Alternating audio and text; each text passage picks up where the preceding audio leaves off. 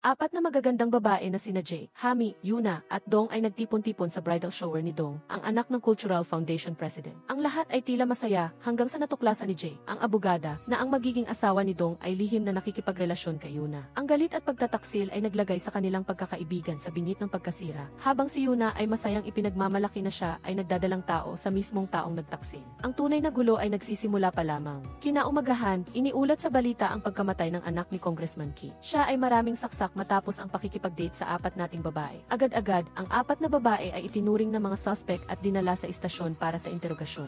Hindi nagtagal, ipinahayag ng pulisya na nahuli na nila ang salarin na si Yuna. Nagsimula na namang magtalo ang apat, bawat isa ay nag-aalala sa sarili. Si Dong, na nagdadalang tao, ay nagdugo dahil sa matinding pagkabigla. Maraming oras ang lumipas hanggang 9 na taon pagkatapos. Si Jay ay isa ng kilalang abogada. Siya ay tumatanggap ng kaso ng panggagahasa. Ang biktima ay nilasing ng direktor at ginahasa sa mismong lugar. Nakasuot ang lalaki ng puting maskara noong ginagawa ang krimen. Ang babae ay inakusahan ng paninirang puri at gustong-gusto ni Jay na tulungan siyang makamit ang hustisya. Sa opisina ng Cultural Foundation, si Dong ay naging presidente na ng foundation. Bukod pa rito, siya ay may relasyon sa pinuno ng grupo. Dito, nagpaplano silang magpakasal sa loob ng ilang buwan, kaya't malaya silang nagpapakasaya sa opisina. Ang huli sa magkakaibigan noon ay si Hami. Ngayon, sinusubukan niyang magdayat ng harina at may masayang buhay kasama ang kanyang nakababatang kasintahan. Nang gabing iyon, si Jay, ang abogada, ay nagbihis ng maganda upang pumunta sa nightclub para maghanda ng plano. Naroon din ang asawa ng direktor na nanggahas sa kanyang empleyado. Nagustuhan ng babae ang relo sa kamay ni Jay, kaya sinubukan niyang nakawin ito. Ngunit hindi niya alam na ang aksyon na iyon ang magpapadala sa kanyang asawa na direktor sa kulungan. Ang relo ay may nakakabit na recording device at na-record ang pag-uusap ng mag-asawa.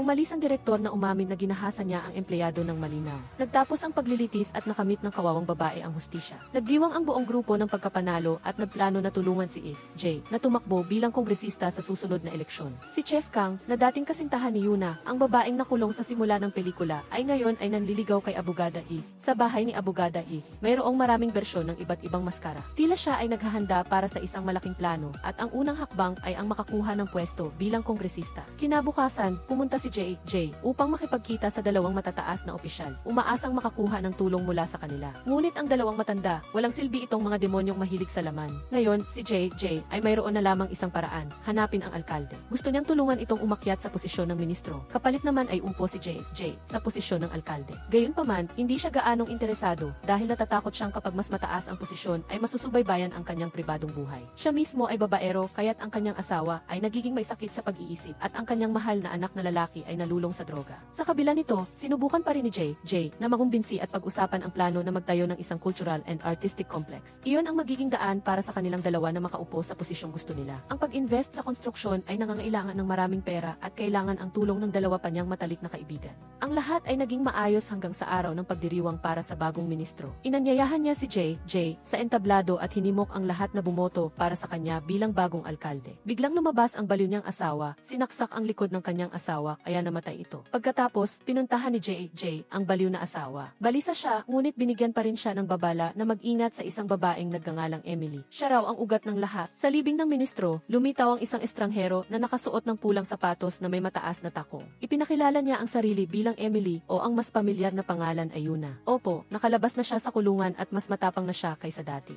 Baliktanaw sa nakaraan, 15 taon na ang nakalipas. Noong araw na si Jay ay naaresto para tanungin tungkol sa pagkamatay ni Dose. Tila pumunta siya sa kwarto nito at ginahasa. Malabo niyang natatandaan na may lalaking nakamaskara din sa pinangyarihan. Dahil sa tulong ng vice-presidente ng Kang Group, pinalaya si Jay ng pulisya. Siya pala ang anak sa labas ng vice-presidente. Balik sa kasalukuyan, ang paglitaw ni Yuna ay labis na ikinagulat ng mga dating kaibigan. Lumalabas na siya ang kerida, mistress, ng ministro, kaya nabaliw ang asawa nito at sinaksak ang kanyang asawa. Kaya, kung iisipin, si Yuna ay naging dahilan din ng pagkamatay ng ministro. At ano pa, hinabol ni Abogada Jay ang babae para tanungin kung ano ang layunin niya sa pagbalik. Si Yuna, na dati isa lang manager ng bar, ay nagsinungaling na isa siyang designer para makipagkaibigan sa grupo ng mga mayayaman. Binalaan din niya si Jay na siya ang huling taong pumasok sa kwarto ni Dosik 15 taon na ang nakakaraan. Ang tunay na salarin ay hindi ako sigurado. Sa puntong ito, naalaala ni Abogada Jay ang nakaraang alaala. Noong panahong iyon, dinala niya ang kanyang underwear sa istasyon ng pulisya upang patunayan na siya ay ginahasa. Gayunpaman, hindi si Dosick ang gumahasa sa kanya. Noong gabing nangyari ang krimen, mayroon pang ibang lalaki na nakamaskara sa kwarto. Inakala ng pulisya na hindi siya matino ng gabing iyon,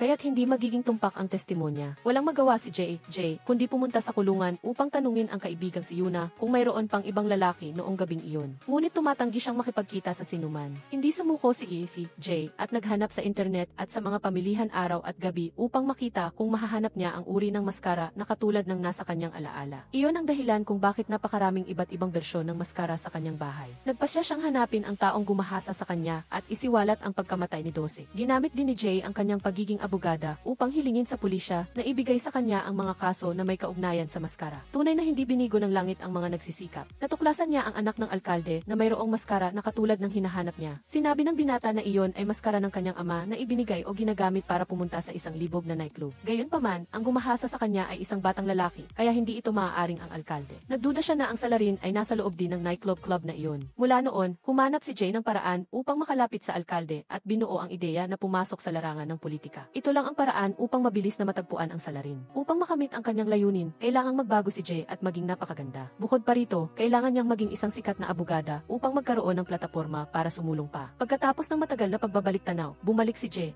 sa kainan ng kanyang lola. Ang vice-presidente ng Kang Group ay kumakain doon. Paminsan-minsan, dumadaan siya sa kainan para bisitahin ang anak niyang si Jay, na iniwan niya noong bata pa ito. Hindi maganda ang relasyon ng mag-ama. Pagkatapos ng pagkamatay ng ministro, si Jay ay nakatuon na lamang sa pagbawi ng lupain para sa cultural complex. Ang dahilan ay dahil noong buhay pa ang ministro, inihayag niya na mayroong napakagandang hiyas sa lupaing iyon, o mas tiyak, ang nightclub club na sinalihan niya 15 taon na ang nakakaraan ay nasa lugar na ito. Ngayon, kung gustong malaman kung nasaan mismo ang nightclub, kailangan lang niyang makuha ang lupaing iyon. Pinuntahan ni Jay ang anak ng ministro. Tinanong niya ito kung bakit nagalit ang ginang at sinaksak ang kanyang asawa. Ibinunyag niya, dahil natuklasan ng ina na iniwan ng kanyang asawa ang malaking ari-arian sa Querida, mistress, na si Yuna, at ang ari-arian na iyon ay ang mismong lupain na gustong makuha ni Jay. Si Yuna naman ay umiiyak mag-isa. Naalala niya na maraming taon na ang nakalipas, tinulungan siya ng isang hindi niya kilalang lalaki na makalaya ng maaga sa kulungan. Binigyan din siya ng malaking halaga ng pera upang manirahan sa Amerika, sa kondisyon na hindi siya babalik sa South Korea. Ang buhay sa Amerika ay naging maganda sa simula. Nakilala ni Yuna ang isang estranghero at nagkaroon sila ng isang prinsesa. Ngunit pagkatapos ng ilang oras, kinuha niya ang kanilang anak na babae at iniwan si Yuna sa ibang bansa. Sa kabutihang palad, nakilala niya ang alkalde na nagtatrabaho sa Amerika. Si Yuna ay nakasuot ng masikip at revealing na damit. Naakitin ang matanda at mula noon ay opisyal na naging Querida, mistress. Ikinuwento ni abogada Jay ang bagong impormasyon sa kanyang mga kaibigan. Nagpa siya silang makipagkita kay Yuna para tanungin siya. Bumalik siya sa bansa at sadyang nanatili sa kwarto ng hotel kung saan namatay si Dosick 15 taon na ang nakalipas. Doon, tinanong ng mga kaibigan si Yuna kung ano ang gusto niya kapalit ng pagbabalik ng lupain sa kanila. Una, tinukso niya ang bawat isa sa kanila bilang mga sinungaling. Si Jay daw ay ginahasa kaya siya ang salarin sa pagpatay kay Dosick. Si Hami naman, dati adik sa harina, floor dieting. At si Dong, nakipagparty kay Dosick at nakunan, nag-abort noon. Sa huli, sinabi ni Yuna na kailangan nilang patayin ang kanyang dating asawa, ang kumuha sa kanyang anak na babae at iniwan siya sa Amerika at pagkatapos ay ibabalik niya ang lupain. Umalis si Jay, nagalit, sinabi sa mga kaibigan na huwag silang pumayag ng madali dahil posibleng bitag ito. Si Dong, ay labis na nag-aalala kamakailan dahil sa balita na ang kanyang magiging asawa, si Chief Song, ay naglustay ng pondo. Upang mapanatag ang kanyang mapapangasawa, dinala siya sa ampunan. Lumabas na ang pera na nawawala sa pondo ay dinala ng Chief Song upang tulungan ang mga bata roon. Iyon ay isang mabuting gawa at hindi masama. Sa hotel kung saan nagtatrabaho si Hami, nagkaroon din ng kaunting gulo. Nag-away siya sa isang kasamahan na babae dahil siniraan ng kasamahan ang pamilya ni Hami. Maraming problema ang dumating sa kanila, ngunit ang dalawa ay determinado pa ring suportahan si Jay sa nalalapit na eleksyon. Sa ibang pangyayari, nakipagkita si Yuna kay Congressman Ki. Sinabi niya na hindi siya ang totoong salarin sa pagpatay sa kanyang anak na si Dosick. Sa mismong araw ng mahalagang eleksyon, dumating ang alkalde ng lungsod. Ang lahat ay masigasig na sumasagot sa mga mamamahayag nang biglang lumitaw si Congressman Ki. Sinabi niya na dumating lang siya para makisaya sa lahat. Habang naguguluhan sa pagdating ng hindi inaasahang bisita, biglang nakita ni Jay ang isang lalaking nakamaskara na dahan-dahang lumalapit. Naalala niya ang araw na naganap ang krimen 15 taon na ang nakakaraan. Nang gabing iyon, dahil sa pagkabalisa, mag-isa si abogada J na pumunta sa hotel para tanungin si Chubby. Ibinunyag niya na si Yuna ay isa lamang babaeng may masamang reputasyon. Si Yuna ang nagpakilala sa kanya para makilala at ligawan si Dong, at si Yuna din ang nagdala kay Hami sa masamang landas. Si J ay natigilan at hindi makapaniwala sa mga katotohanang narinig niya. Kinuha niya ang baso ng alak na nakalagay sa mesa at uminom, at pagkatapos ay nahilo. Sa kasalukuyan, si J ay nakaharap sa puting maskara na ikinatakot niya. Iyon pala ay isang bata lang na naglalaro doon. Ang lahat ng mga bata ay binigyan ng parehong maskara na sinasabing mula sa donasyon ng isang tindahan ng stationery. Pagkatapos, nag-aya ang grupo ng magkakaibigan na uminom para ipagdiwang ang eleksyon. Masaya ang lahat, tanging si J lang ang hindi umiinom dahil binabagabag pa rin siya ng nakaraan. 15 taon na ang nakakaraan nang subukan ni Chief Song na pilitin siyang uminom, mabilis siyang pinigilan ni Kang. Ginamit niya ang pagkakataong ito para sabihin siya ang bagong boyfriend ni J.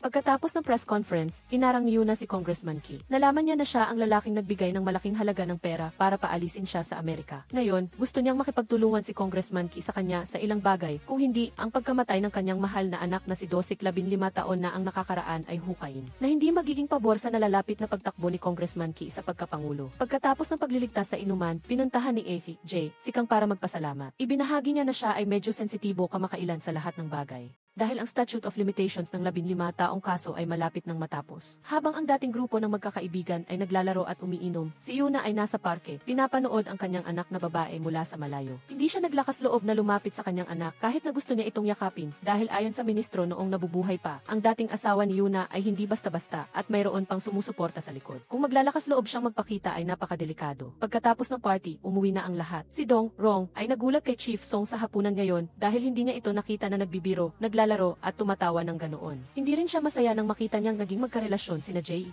at Kang dahil ang lalaking iyon ay dating kasintahan ni Yuna. Si Leo ay may kakaibang pakiramdam din kay Chief Song at kasalukuyan ay itinatago niya sa kanyang asawa na magbebenta siya ng gamot sa bar. Pauwi na sana si abogada J nang bigla siyang makatanggap ng tawag mula sa kanyang kalihim. Ang pulisya ay nag-imbestiga ng isang kaso at may maskarang lumabas. Nagmadali siyang pumunta sa istasyon at nakita si Ginang Choi. Siya ang asawa ng direktor na nanggahasa sa empleyado sa simula ng pelikula. Kinuha niya ang maskara ng kanyang asawa para sa ilang libangan para mabawasan ang pagkabagot. Mula roon, nalaman ni J na ang maskara ay konektado rin sa isang nightclub. Ang club na iyon ay nagsara 15 taon na ang nakakaraan at ngayon ay magbubukas muli. Kinabukasan, may pulong si Chairman Kang at Congressman Ki. Sinabi niya na ang salarin sa pagkamatay ng kanyang anak na si Dosik ay maaaring si J, ang anak ng chairman. Ngunit kailangan din ng congressman ang tulong ng chairman upang maging susunod na presidente, kaya't ang matalinong congressman ay nagpapanatili ng kapayapaan kay Chairman Kang. Habang palihim na nagte-text upang tulungan ang plano ni Yuna na maghiganti. Tungkol naman kay abogada J, matapos malaman na ang maskara ay may kinalaman sa direktor na nanggahasa sa empleyado, umunta siya sa kulungan upang kumuha ng mas maraming impormasyon. Binalaan niya na malapit nang malugi ang kumpanya ng matanda dahil pati ang asawa nito ay inaresto kamakailan dahil sa pagsusugal. Kung gusto niyang tulungan siya, dapat niyang sabihin ang tungkol sa nightclub. Wala nang nagawa, sinabi niya kay J ang tungkol sa nightclub na nagngangalang Angel. Sa ampunan, nagtuturo si Chief Song sa mga bata nang may isang grupo ng mga tao na nagpunta para hanapin siya. Binugbog siya ng walang malinaw na dahilan. Nang dumalaw si Dong, sinabi lang niya na nag-away sila ng mga taong nagsabing nakakapit siya sa palda ng kanyang asawa. Kaya nagpa siya si Dong na itaas si Chief Song bilang presidente ng foundation. Dahil sa pag-aalala sa malaking halaga ng pera na naibuhos sa lupain para sa cultural and artistic complex, lihim na nagpunta ang dalawang babae upang makipagkita kay Yuna. Gusto nilang malaman kung paano niya ibibigay ang lupain. Ang kondisyon ay napakasimple. Gusto lang ni Yuna na maging kaibigan muli ng grupo. Ang lahat ng mga pagtitipon at kaganapan sa hinaharap ay kailangang payagan siyang sumali. Iyon ang gusto niya. Dahil alam na niya kung sino ang sumusuporta sa kanyang dating asawa. Siya ay nasa grupo ng mga asawa ng mga kaibigan. Pagkatapos makipag-usap sa kanila, si Yuna ay nakipagkita kay abogada J. Nagmaneho silang dalawa papunta sa parke kung saan madalas mag-swing ang anak ni Yuna. Doon, direkta nang nagtanong si J. Nangako siyang tutulungan si Yuna na mabawi ang kanyang anak sa dating asawa kapalit ng pagbabalik ng lupain na kailangan ni J. Ang querida, mistress, ay hindi basta-basta. Hinarap niya si J at sinabing paano kung ang ama ng bata ay si Kang dahil bago siya pumunta sa Amerika, nagkaroon sila ng isang mainit na gabi. Kahit hindi siya naniniwala, pumunta pa rin si J sa kanyang kasintahan para kumpirmahin. Tinanong niya si Kang kung nakipagkita ba siya kay Yuna bago ito pumunta sa Amerika. Matapos makakuha ng kasiyasyang sagot, umuwi si J na panatag. Upang makatiyak, humingi pa rin siya ng tulong sa kanyang assistant na alamin kung sino talaga ang dating asawa ni Yuna. Pagkaraan ng ilang araw, nag-organisa muli ang magkakaibigan ng isang maliit na party. Inanunsya ni Dong ang petsa ng kanyang kasal at sinabing may anak sa labas si Chief Song. Sa mismong sandaling iyon, nakatanggap si J ng tawag mula sa kanyang kanyang assistant. Inanunsyo nito na natagpuan na niya ang dating asawa ni Yuna. Siya ay si Chief Song, ang magiging asawa ni Dong. Napaka-komplikadong love story. Si Abogada J, dahil ayaw na niyang masaktan pa ang kanyang matalik na kaibigan, ay sinubukan pigilan si Yuna na pumasok sa bahay. Ngunit kung gusto ng querida, mistress, na magulo ang party, sino ang makakapigil sa kanya? Si Yuna ay inanyayahan din ng may-ari ng bahay na si Yeong Dong at ang sandali ng bigla ang pagpasok niya ay ikinagulat ng lahat. Ngunit ang pinakanagulat ay si Department Head Seo, na laging nagpapanggap bilang isang mabuting asawa at ama sa mata ng lahat. Dahil sa pagkakasala ng kanyang dating asawa at pagkakakulong nito, napilitan siyang ibalik ang kanyang maliit na anak na babae sa bansa. Naalala niya ang bugbog noong nakaraang araw na nangyari dahil din sa pagbabalik ni Yuna sa Korea, kaya dumating ang mga tao ni Congressman Ki at binugbog siya. Nag-iingay ang kabit habang pinupuna ang bawat tao sa hapagkainan at lalo niyang pinalabo ang mga detalye tungkol sa gabing nangyari ang krimen 15 taon na ang nakalipas. Sa gabing iyon, nakita niya si Kim na nasa silid ni Dusik. Sa labas, sila ay mag-asawang nagmamahalan. Ngunit sa loob ay bulok na, walang pagbabago sa kabila ng paulit-ulit na pagpapaalala, kaya ngayon gusto niyang bawiin ang kasal nila. Nagbanta si Dusik na kung gagawin niya iyon, ipapakalat niya ang video ng kanilang pagtatalik online para malaman ng lahat. Si Kim ay galit na galit at gusto niyang katayin ang masamang asawang ito. Sunod ay ang kahiyahiyang nakaraan ni Liu. Maraming taon na ang nakalipas, siya ay isang lalaking bayaran at si Yuna mismo ang nagpakilala sa kanya sa kaibigan niyang si Hami. Ang binatang asawa niyang ito ay namutla sa takot na baka ibunyag ni Yuna ang katotohanan sa kanyang asawa. Tila lahat ng tao rito ay may madilim na sikreto. Hindi nakalimutan ni Yuna na bigyan ng babala si Kim na mag-ingat baka malinlang siyang muli, ngunit tiwala si Kim sa kanyang pinili sa pagkakataong ito. Pero ipinagmalaki pa niya na magkakaroon na siya ng 4 na taong gulang na anak na babae na tatawag sa kanyang ina. Nang marinig iyon, nagalit si Yuna at muntik nang tumayo para ibunyag ang katotohanan. Buti na lang at tumayo si Attorney J at pinigilan siya. Pinarunggan din ni Department Head Seo ang tungkol sa pagkakakulong ng dating asawa dahil sa krimen at kung hindi raw ito magbabago, baka mabulok ito sa kulungan. Galit na galit si Yuna at umalis dahil nabuhay muli siya sa pangalan na Emily na may American citizenship para makabalik sa bansa. Kung mabubunyag ang kanyang pagkatao, hahabulin siya sa Korea. Nang makaalis ang lahat, sinimula ni Ji na payuhan si Kim na pag-isipang mabuti ang nalalapit na kasal. Ngunit ang madilim na nakaraan niya tungkol sa pagkakalaglag ng bata at ngayon ay kawalan ng kakayahan na magkaanak ang dahilan kung bakit si Kim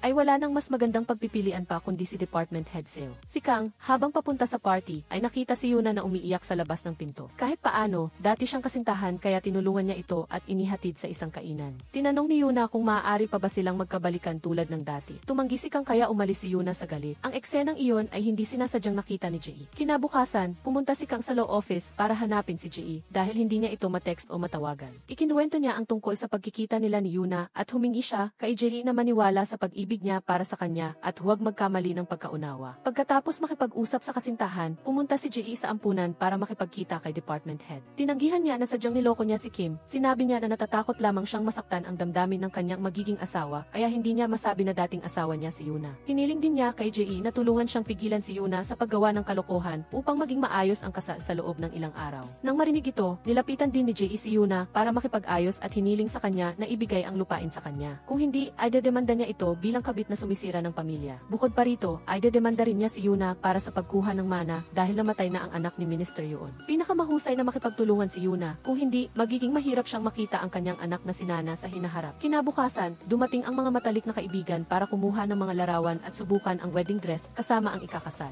Ang pakikitungo ng bata na si Nana sa ina-inahan ay medyo maganda. Si Yuna, ang kabit, ay parang nakaupo sa nagbabagang uling. Plano niyang humingi ng tulong kay Congressman Ki. Ngunit bago pa siya makarating doon, hinarang na siya ni Department Head Seo. Sinakal niya si Yuna at inutusan siyang bumalik sa Ihip at huwag nang magdulot ng gulo, kung hindi ay huwag siyang sisihin kung magiging malupit ang dating asawa. Nagmamadaling pumunta si Yuna kay Ji at nagmakaawa na pigilan ang nalalapit na kasal ni Kim. Sinabi niya na sina Department Head Seo at Congressman Ki ay iisa at ang pagpapakasal kay Kim ay may sariling layunin. Gayunpaman, hindi gaanong naniwala si Ji. Bukod pa rito, kailangan niyang lutasin ang kaso ng kanyang panggagahasa 15 taon na ang nakalipas at mayroon na lamang isang araw ang natitirang limitasyon sa oras. Magtatapos na ang pag-uusig sa salarin. Hindi sinasadyang nakita ni Yuna ang larawan ng maskara sa mesa at tila pamilyar ito, kaya nagmadali siyang umuwi para tingnan. Ilang taon na ang nakalipas nang nasa Greece pa siya, pumunta siya sa bahay para hanapin ang kanyang asawa at anak. Sinabi ng katulong na lumipat na sila sa Korea. Ibinigay sa kanya ng katulong ang isang maliit na kahon at sinabing itinapon ito ng asawa ni Yuna sa banyo. Sa loob, ang pamilyar na maskara ay may bakas ng dugo. Dumating na rin sa wakas ang malaking araw ni Kim. Maraming tao mula sa magkabilang pamilya ang dumalo upang batiin. Ang dalawang matalik na kaibigan, kahit matanda matanda na, ay isinama pa rin sa mga abay. Pagkatapos, umakyat sa entablado ang ikakasal. Sa sandaling iyon, dumating si Yuna sa seremonya at patuloy na nagmamadali kay Ji na tingnan ang mensahe na ipinadala niya. Ang nakamaskarang nanggahasa kay Ji sa hotel 15 taon na ang nakalipas ay walang iba kundi si Department Head Seo. Hala, ang walang hiya na ito ay nakakuha ng tatlong matalik na magkakaibigan ng sabay-sabay. Kahit sobrang nagulat si Ji, hindi niya maaaring sirain ang kasal ng kanyang matalik na kaibigan dahil lamang sa isang litrato. Tahimik niyang sinundan si Yuna para bawiin ang maskarang iyon. Dahil sa gabing iyon, sinaksak ni Ji ang salarin sa balikat bago tumakas na nagresulta ng pagtalsik ng dugo sa maskara. Ngayon, kailangan lang ng pagsusuri sa dugo roon upang malaman kung si Seo ang salarin o hindi at syempre, hindi basta-basta ibibigay ni Yuna ang maskara. Sa reception, nag-toast ang lahat para sa ikakasal. Kaya naman sinadya ni Leon na itapon ang alak kay Seo. Sinabi ng lahat na dapat niyang hubarin ang kanyang damit at magpalit para hindi siya madumihan. Hinimok din siya ni Ji dahil gusto niyang makita kung may peklat siya sa balikat. Alam ni Seo ang intensyon niya, kaya tahimik siyang pumasok sa banyo para magpalit. Nang matapos ang party at umuwi na ang lahat, nagpaalam ang magkakaibigan at binati si Seo ng romantikong honeymoon. Si Seo naman ay binati ng mga opisyal na ngayon ay hawak na niya ang mana ng pamilya ng asawa niya. Nagpaalam si Ji sa lahat at lumapit sa personal na driver ni Kim. Nag-alok siya na humingi ng password para mabuksan ang pinto para bigyan ng sorpresang regalo ang kanyang matalik na kaibigan. Alam niyang malapit sila sa isa't isa, kaya hindi nagduda ang driver. Sa katunayan, pumunta si Ji doon upang maghanap ng ebidensya laban kay Seo. Ilang linggo na siyang lumipat at nakatira kasama ang kanyang asawa doon. Hindi pa man niya nakita ang toothbrush nang dumating ang may-ari ng bahay. Gusto ni Seo ng isang maaliwalas na honeymoon, kaya pinili niya ang mapayapang bahay na ito sa halip na magbakasyon sa malayo. Walang kamalay-malay na umuuga sila sa kama habang nagtatago si Ji sa ilalim. Biglang huminto si Seo at sinabihan si Kim na maligo at magpabango bago sila magpatuloy. Sinamantala ni Ji ang pagkakataon para tumakas, ngunit hinarang siya ni Seo. Matagal na niyang nakita sa kamera at alam niyang nandyan siya, kaya umuwi sila. Hinamon niya si Ji na kunin ang kanyang toothbrush o buhok at ipasuri. Wala rin namang mapapatunayan kung ginahasa niya ito o kung nagkasundo sila. Bukod pa rito, gaano kasasaktan si Kim kapag nalaman niyang ginahasa ng asawa niya ang matalik niyang kaibigan. Ang mga salita niya ay parang malamig na tubig na ibinuhos sa ulo ni Ji. Ngayon din ang huling araw para magsampa ng kaso ng panggagahasa. Sa pagkadismaya, naghalo ang luha niya at ang ulan. Pagdating sa bahay, tiningnan ni Ji ang mga ebidensyang sinikap niyang kolektahin sa loob ng 15 taon, ngayon ay wala na itong silbi. Patuloy na tumatawag si Kang sa kasintahan niya at nang dumating siya, nakita niya si Ji na nakahando sa isasahig at walang malay. Isang linggo pagkaraan, maayos pa rin ang buhay may asawa ni Kim. Araw-araw, inaalagaan at inihatid niya sa paaralan ang kanyang anak na si Nana. Bigla na lang dumating si Yuna at nagtanong tungkol sa kinaroroonan ni Ji. Maraming araw na siyang tumatawag ngunit hindi niya ito makontak. Nagpabantay din si Seo kay Attorney Ji. Mahigit isang linggo na siyang nawawala, wala sa bahay o sa trabaho. Naghahanda na siya para sa pagbubukas muli ng Angel Nightclub. Si Ji ay nagbakasyon kasama ang kanyang kasintahan. Si Kang ay isang sensitibong lalaki. Sinabi niya na sasamahan niya si Ji sa darating na laban at kapag napapagod siya, sumandal lang siya sa kanyang balikat at makakaramdam siya ng kapayapaan. Si Yuna, ang kabit, mula nang matuklasan niya ang katotohanan tungkol sa maskara, mas tiwala na siyang makipagkita kay Congressman Ki at ikinuwento ang nangyari. Naganap ang panggagahasa sa silid ni Dusik noong gabing iyon, kaya ang pumatay sa kanyang anak ay posibleng si Seo. Kaya pala siya nagbigay ng suporta sa pumatay sa kanyang anak sa loob ng matagal na panahon. Ang pang-udyok na ito ni Yuna ay napakabisa. Agad-agad, hinanap ni Congressman Ki si Seo para tanungin. Sinabi niya na totoo ang panggagahasa niya kay Ji, ngunit wala siyang kinalaman sa pagkamatay ni Dusik. Pansamantalang naniwala si Congressman Ki sa kanya at inutusan siyang bawiin ang maskara sa lalong madaling panahon upang maiwasan ang gulo. Sa kabilang banda, si Elio ay nagtatrabaho bilang manager sa isang nightclub. Hinarap siya ng may-ari at sinabihan siyang tulungan ang isang ex customer sa huling pagkakataon na ito. Kung hindi, patuloy siyang magbebenta ng harina sa asawa ni. Sa pilitang pumayag si Leo sa amo niya. Hindi alam ni Leo na isa itong pakana ni Seo, na sadyang nagtatangkang ipahamak siya. Pagkatapos ng isang linggong pamamahinga, bumalik si Ji sa laban. Ang una niyang ginawa ay nagpadala ng mensahe kay Yuna na ibalik ang maskara sa kanya, kapalit ng pagtulong sa kanya na mabawi ang anak niyang si Nana. Simula nang umupo si Seo bilang chairman ng Cultural Foundation, kapalit ng kanyang asawa, lumabas na ang tunay niyang ugali. Hindi na siya malambing at handa siyang tawagin ang kanyang asawa na tanga. Dahil alam niyang may pakinabang pa si Kim, humingi siya ng tawad pagkatapos niyang mamura ang kanyang asawa. Pagkatapos, pumunta si Seo sa hotel kung saan nakatira si Yuna para nakawin ang maskara. Ngunit huli na siya. Nandoon na si Ji at sa pagkakataong ito, matapang siyang humarap sa kanya at hindi na natatakot. Magpapatuloy siya sa pagtakbo bilang alkalde at gagamitin ang maskarang ito para ipasok siya sa kulungan. Galit na umalis si Seo at nakasalubong ang kanyang dating asawa na si Yuna. Malamang na may kailangan silang pag-usapan tungkol sa nakaraan. Nakita ni Hami ang pagpunta ni Ji sa hotel para makipagkita kay Yuna. Bigla niyang naalala ang gabi ng krimen 15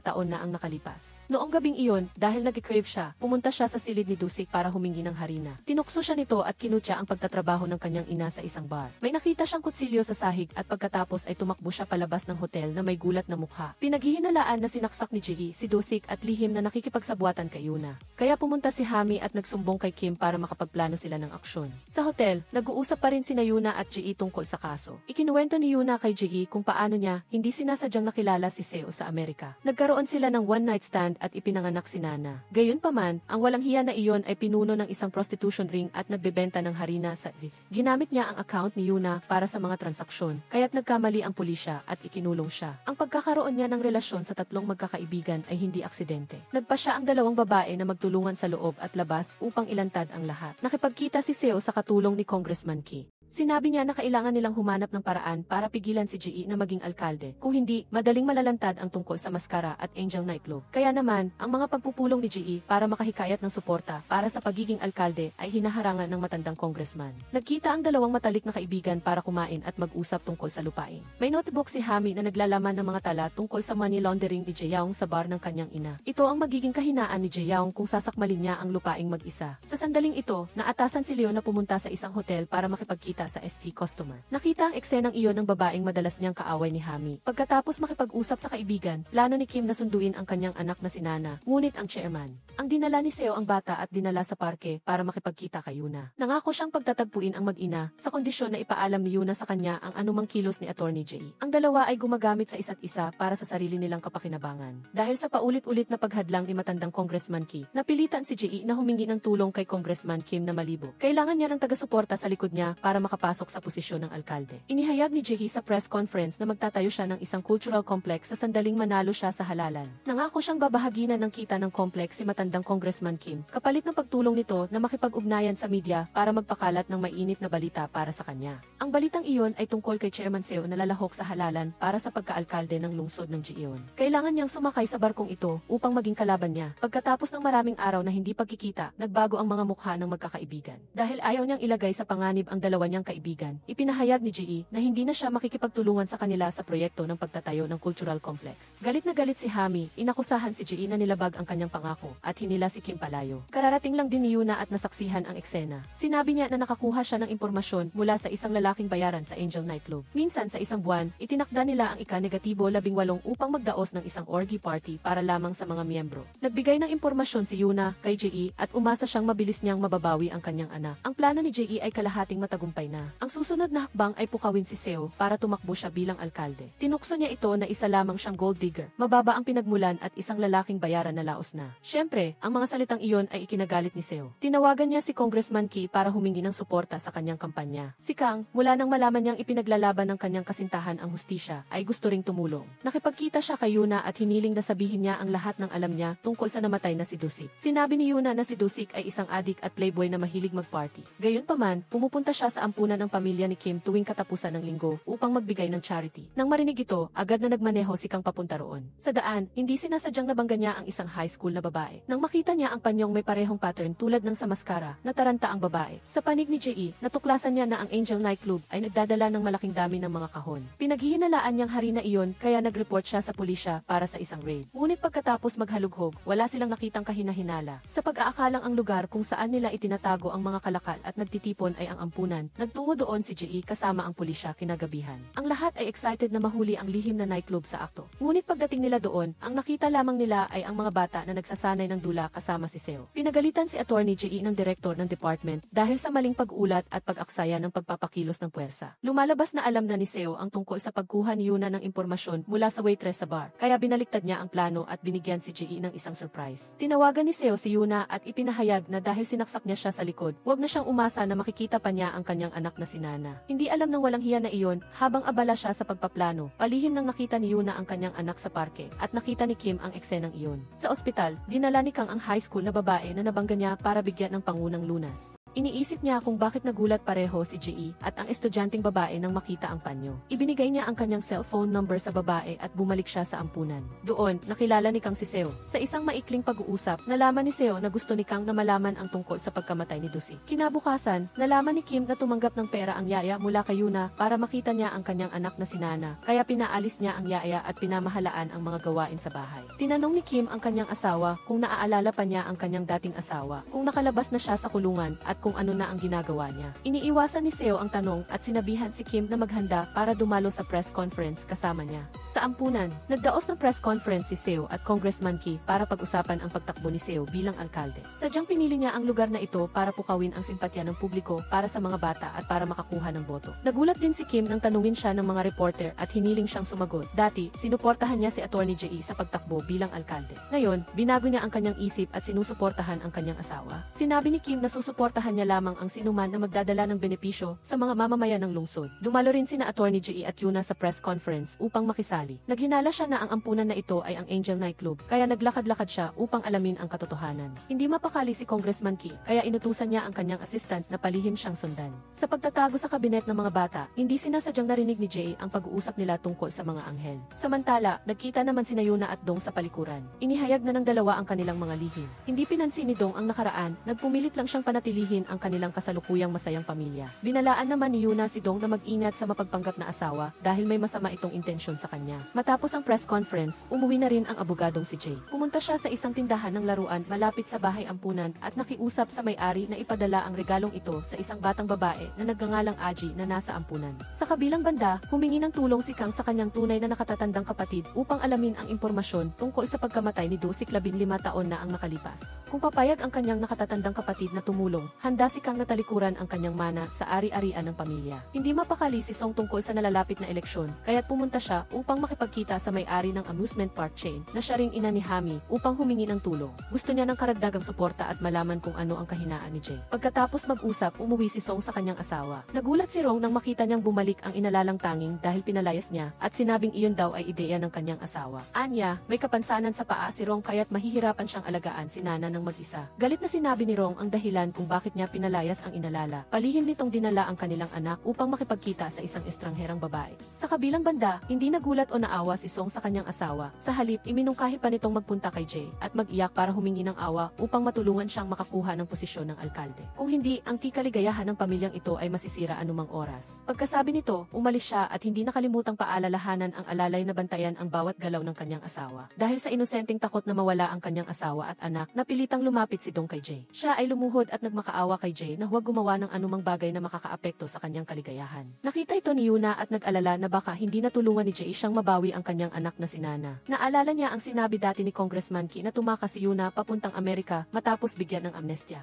Ngayon ay tutulungan ka ng matanda na burahin ang warrant of arrest mo upang malaya kang makabawi sa iyong anak sa kondisyon na kunin mo ang maskara na may bakas ng dugo mula kay Jay. Sa pagkarinig nito, sinubukan ni Yuna na magtanong kay Jay at nalaman niya na ang maskara ay nasa restoran ni Kang. Nang makarating siya, binuksan niya ang kabinet at nakita na ang nasa loob lamang ay isang papel na may nakasulat na, "Bakit mo gustong bawiin ang maskara?" Alam ni Yuna na nabuking siya kaya nagpadala siya ng text message kay Jay at sinabing sasagutin niya ito kung pupunta siya sa hotel. Nagpanggap siyang lasing at hiniling kay Kang na ihatid siya sa kanyang tinitirhan. Ang layunin ay magdulot ng hindi pagkakaunawaan at sirain ang relasyon ni Jay at Kang. Nang makita niya ang kanyang kasintahan na umaakyat sa silid kasama si Yuna, hindi na nakapagtimpi si Jay. Inilarawan pa niya sa kanyang isip ang maraming maselang tagpo sa pagitan nila. Nang makarating siya sa itaas, nakita niya ang nakakalat ang mga damit ni Yuna sa kung saan-saan. Labis na nadismaya si Jay, ngunit dahil abala pa siya sa pagsubaybay sa batang si Aji sa bahay ampunan, hindi na siya pumasok upang hulihin sila at tahimik na lang umalis. Sa panig naman ni Hami, nalaman niya na ang kanyang asawa ay nasa hotel para makipagkita sa isang EFI. Kaya sinunod niya ang payo ng manager ng nightclub na pumunta roon upang hanapin si Leo. Laking gulat niya nang si Song ang nagbukas ng pinto. Lumabas na nakipagsabuatan siya sa manager para dayain si Hami na pumunta roon para makipag-usap ng pribado. Hindi sinagot ni Song ang tawag ni Dong para ipaalam na buntis siya. Gusto ni Song na pumanig si Hami sa kanya upang makuha niya ang posisyon ng alkalde at ipinangako niyang bibigyan siya ng benepisyo mula sa lupain para sa pagtatayo ng complex project sa hinaharap. Sa pag-alis niya, binigyan pa niya si Hami ng isang card para makapunta sa isang lugar para magpahinga at mag-alis ng stress. Sa bahay ampunan, nakita ni Jay ang isang grupo ng mga taong napakagaling manamit. Lahat sila ay nakasuot ng puting maskara na para bang isang tiket para makapasok. Ang mga bata ay inihanda ng maayos sa likod bahay. Tila pipiliin sila ng grupo ng mga taong kilala bilang mga anghel. Hindi nakalapit ang abogadong si Jay, kaya bumalik siya sa hotel para makipagkita ipakita kay Yuna. Gusto niyang malaman kung bakit biglang gusto ni Yuna na nakawin ang maskara. Dahil alam niyang hindi na niya maitatago pa, sinabi na ni Yuna ang lahat. Sa takot na hindi siya tulungan ni Jay na mabawi ang kanyang anak, nakipagtulungan siya sa matandang Congressman Ki. Iyon lamang ang paraan para tulungan siya ng matanda. Inalis na ni Yuna ang warrant of arrest niya sa South Korea. Ngayon ay malaya na siya at legal na mababawi ang kanyang anak. Humingi ng paumanhin si Yuna kay Jay tungkol sa hindi pagkakaunawaan kanina. Hinatid lamang siya ni Kang sa silid at walang nangyaring anuman. Nalutas na ang lahat ng problema. Sinabi ni Jay na magtiwala sila sa isa't isa mula ngayon upang mas mabilis nilang mailantad ang masamang kalaban. Kinabukasan, nagulat si Leo nang makita niyang walang malay ang kanyang asawang babae sa bathtub. Dahil ayaw niyang makita pa ni Leo ang ganitong kaawa-awang kalagayan niya, iminungkahi ni Hami na maghiwalay na silang dalawa. Labis na nalungkot si Leo at sinisi ang sarili na hindi siya makatulong sa kanyang asawa na mag-quit sa adiksyon. Sinabi niyang aalis siya, ngunit tawagan lang siya kapag kailangan siya ni Hami. Pagkagising ni Hami,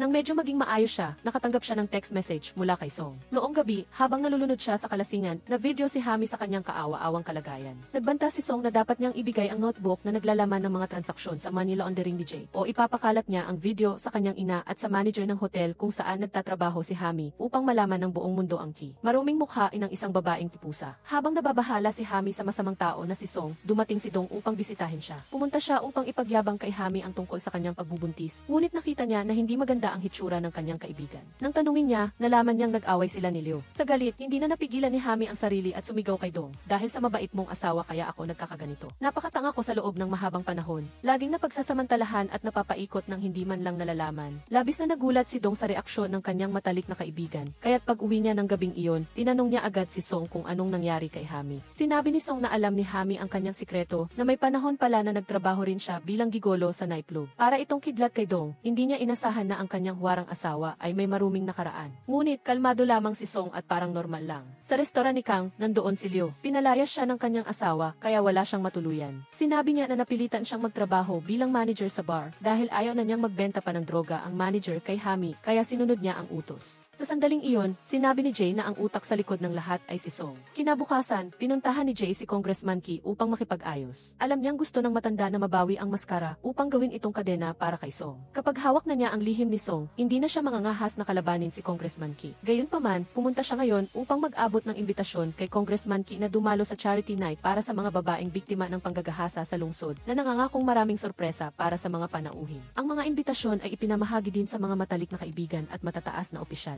Dumating na ang charity night, dagsa ang mga panauhin at media. Nagbigay ng pambungad na pananalita ang abogadong si Jay sa mga panauhin at pagkatapos ay nagpalabas ng ilang video ng mga babaeng naging biktima ng sexual na pang-aabuso. Tumayo si Jay sa harap ng mga kamera, buong tapang na sinabing siya rin ay ginahasa noon at nakakuha siya ng sapat na ebidensya para malaman kung sino ang bastos na iyon. Habang nagsasalita si Jay, ipinakita niya ang maskara sa screen para makita ng lahat. Ngunit bago pa niya masabi kung sino ang salarin, biglang may lumabas na video. Ito ang eksena noong gabi na namatay si Dusik sa hotel, na nagpapakita ng tatlong babae na lumabas bago siya namatay. Habang naguguluhan pa ang lahat sa nangyayari, tumunog ang fire alarm na nagdulot ng gulo at pagtakbo ng mga tao. Lumabas na naabisuhan na pala si Song ng assistant ni Congressman Ki, kaya naghanda siya ng perpektong patibong na ito. Pagkatapos masira ang party, ang magkakaibigan na lang ang naiwan. Litong-lito sila, hindi alam kung sino ang naglabas ng video. Sa sandaling iyon, hindi na nagtago si Yuna at sinabi niyang ginahasa ni Song si Jay. Bukod pa rito, malamang na siya rin ang pumatay kay Dusik. Nagulat si Dong at hindi pa makapaniwala sa sinabi ni Yuna. Idinagdag pa ni Hami na si Song mismo ang nagbanta sa kanya na ibigay ang notebook para mapahamak si Jay. Sa puntong ito, tuluyan ng nagiba ang mundo ni Dong. Ngunit nakakainis, nagdadalang tao siya sa anak ni Song, kaya mas gusto niyang hindi maniwala kaysa tanggapin na ang kanyang asawa ay isang kriminal. Umuwi na ang mga babae, ngunit ang bawat isa ay may magkahalong damdamin at iniisip. Tanging si Jay lamang ang hindi pumayag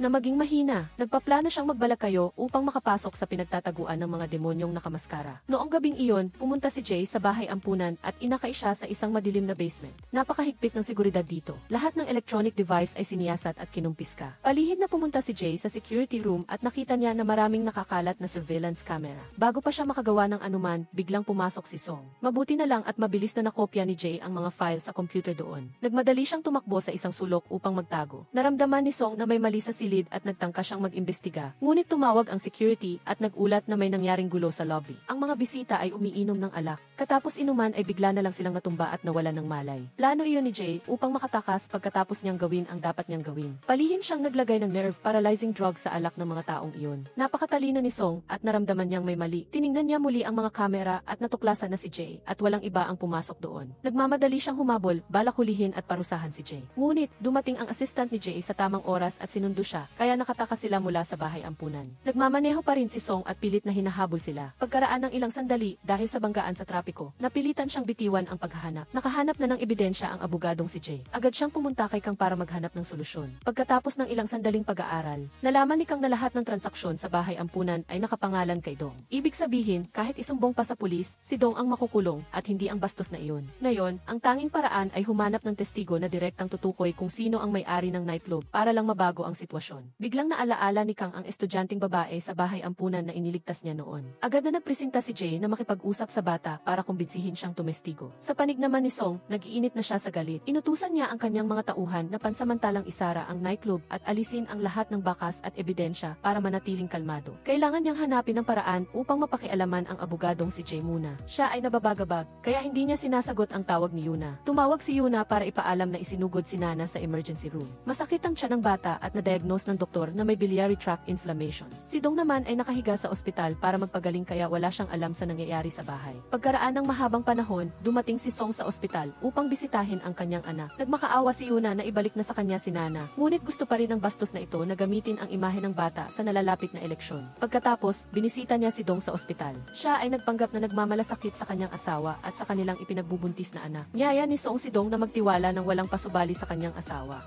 Sa katunayan, kinopya niya ang telepono ng kanyang asawa upang madaling mabasa ang mga text message at pakinggan ang mga tawag. Si Hami naman ngayon ay laging balisa at takot na baka kumalat sa internet ang video niya. Nagpunta siya sa bar para magkwento sa kanyang ina at humingi ng tulong. Dahil sa payo ng kanyang ina, nagpa siya si Hami na ibigay ang notebook na hinihingi ni Song. Tuwang-tuwa si Song na parang nanalo sa loto nang matanggap ang gusto niya. Gayunpaman, ang notebook na ito ay naglalaman ng mga iligal na transaksyon sa negosyo ng nightclub na pinamamahalaan niya at hindi ito ang ebidensya laban kay Jay. Dahil alam niyang nilinlang siya, agad na tumawag si Song sa pulisya at isinumbong ang isang bar sa lungsod. Ang abogadong si Jay at si Kang ay naghahanap din ng paraan upang lapitan ang estudyanteng babae na si Jeon. Kinasusuklaman ng bata si Aji at inaalagaan niya ito na parang kapatid. Alam ni Jeon na ang layunin ni Jay ay kumbinsihin siyang tumestigo, kaya mariin siyang tumanggi. Ang isang bahagi ay dahil sa takot, nakakahiya raw na sabihin na ginahasa siya. Ang isa pang bahagi ay ang takot na baka patayin siya ng matataas na opisyal. Iniisip ng bata na sa panahong ito, mas mataas pa ang kapangyarihan kaysa sa batas, kaya mas gusto na lang niyang makipag-ayos sa masasamang tao at tulungan si Aji na maoperahan ang paa. Hindi nila alam na ang pagpupulong na ito ay mahigpit na binabantayan ng inutusan ni Song.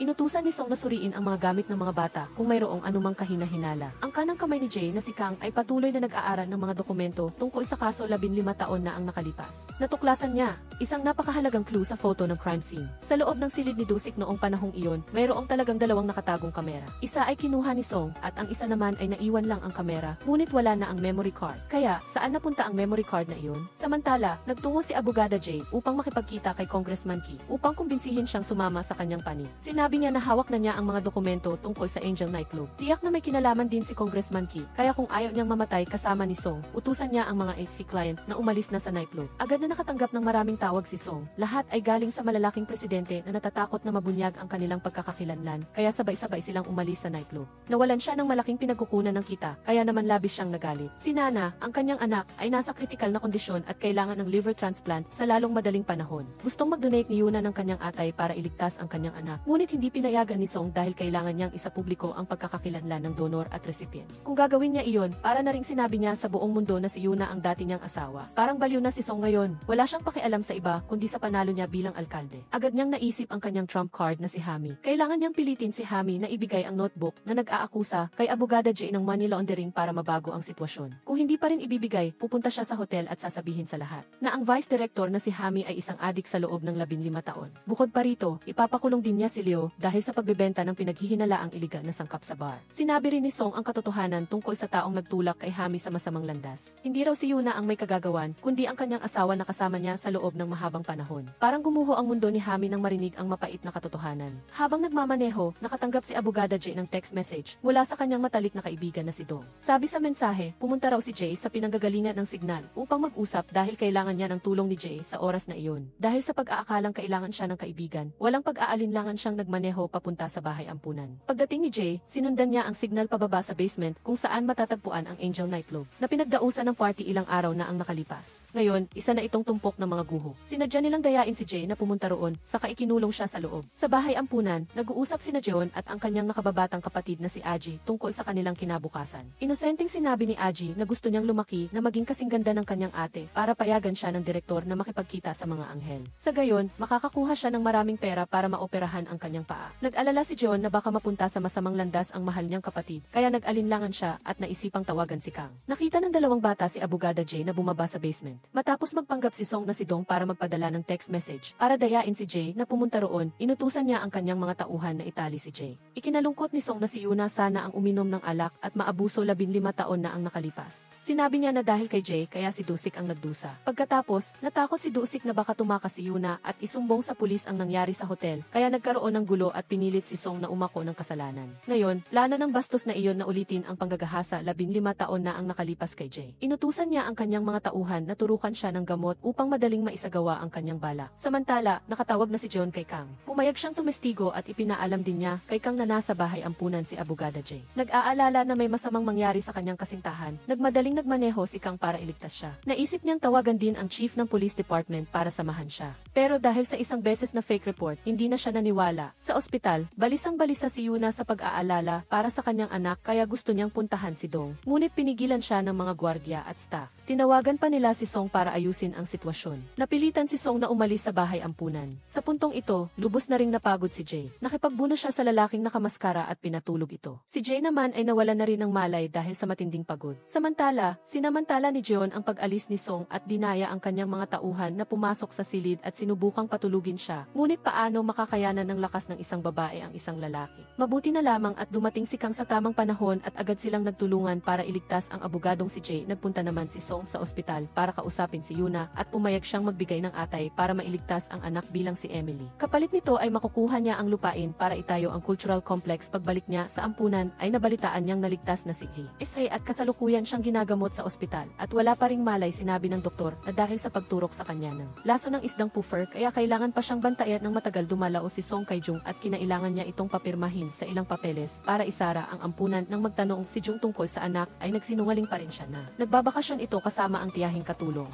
Nakaranas si Hami ng matinding kalungkutan nang malaman niyang si Leo ang nagdala sa kanya. Sa masamang kalagayan sinumbatan niya ang asawa kung bakit matagal nitong inilihim ito. Humingi lang ng tawad si Leo at nangakong maghihiganti sa walang hiyang. Song at umasa siyang maging matalino si Hami at huwag ibigay sa kanya ang notebook dahil baka mahulog. Sa patibong sandaling umalis si Leo, nakatanggap ng tawag si Hami na nahuli ang asawa ng pulis dahil sa pagpupuslit ng floor bagaman galit kay Leo. Mahal na mahal pa rin niya ang kanyang asawa. Pumunta si Hami sa kulungan para aliwin siya at sinabing tutulungan siyang makalaya sa ospital kung saan ginagamot si Jay. May dumating na lalaking nakaitim para patayin siya na ipinadala ni Song para tanggalin ang tinik sa kanyang mata. Gayunpaman nailipat na si Jay sa isang ligtas na lugar. Nagalit si Song nang makatanggap siya ng isang package at inakala niyang notebook ito na ipinadala ni Hami, ngunit sinunog na pala niya ito at naging abo. Si Kang naman ay araw-gabi nagbabantay sa tabi ng kanyang minamahal at dahil sa takot na malungkot siya ay ipinaalam niya ito sa dalawa niyang matatalik na kaibigan para makatulong sa pag-aalaga. Ang landas sa politika ni Song ay umabot na sa puntong hindi na niya kayang bumalik pawalang. Iya siyang pumunta kay Konsehal Ki at sinabing siya ang pumatay kay Dosik at kapag naging mayor na siya ay magtatayo siya ng bagong nightclub sa lupain ng complex. Naggalit sa galit si Konsehal Ki at hindi niya inakala na sinusuportahan niya pala ang pumatay sa kanyang anak sa loob ng matagal na panahon.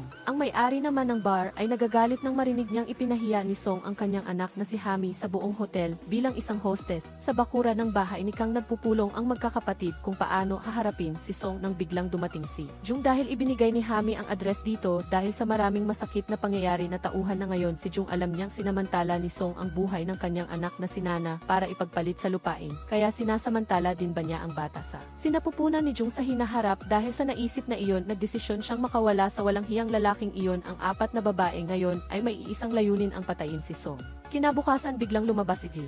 Para magdaos ng press conference at ipinahayag niyang aatras na siya sa pagtakbo bilang mayor dahil sa personal na trabaho tila may pinaplano ang magkakaibigan at nag-ayos ang apat na nakasuot ng itim na damit para maghanda sa isang party. Unti-unting nabunyag ang katotohanan na 15 taon na ang nakakaraan nang makita ni Song ang apat na magagandang babae sa party. Nagplano siyang angkinin ang apat na iyon at sa huli ay sinaksak niya si Do-sik matapos ang ilang panahon ng pakikipagrelasyon kay Yoona sa Amerika. Bumalik siya sa South Korea na may bagong pagkakakilanlan para lapitan ang chairman ng Cultural Foundation na si Dong. Bumalik sa kasalukuyan matapos ang press conference. Tumawag si Jong-kai, Konsehal K. Sila ngayon ay nagkasundo na para tanggalin si Song sa plano ng paghihiganti ni Jae. Ang unang hakbang ay kailangang makipagkita si Yoona sa isang tao at siya ang anak ng minister na namatay sa simula ng pelikula. Nakipagrelasyon si Yoona sa kanya kaya ngayon ang ina niya ay nabaliw at nakakulong. Ang hitsura ng adik na anak ay medyo kaawa-awa ngayon. Sinabi ni Yoona na ibabalik niya ang lupain ng minister para mamana niya sa kondisyong ipadala ang larawan ni Song sa pinuno ng gang ng underworld. Lumabas na 15 taon na ang nakakaraan. Kinuha ni Song ang pera ng underworld bago tumakas patungong Amerika. Si Dong naman ay babalik sa ospital na parang walang nangyari. Magpapatuloy siyang magpanggap na mabuting asawa para kay Dong.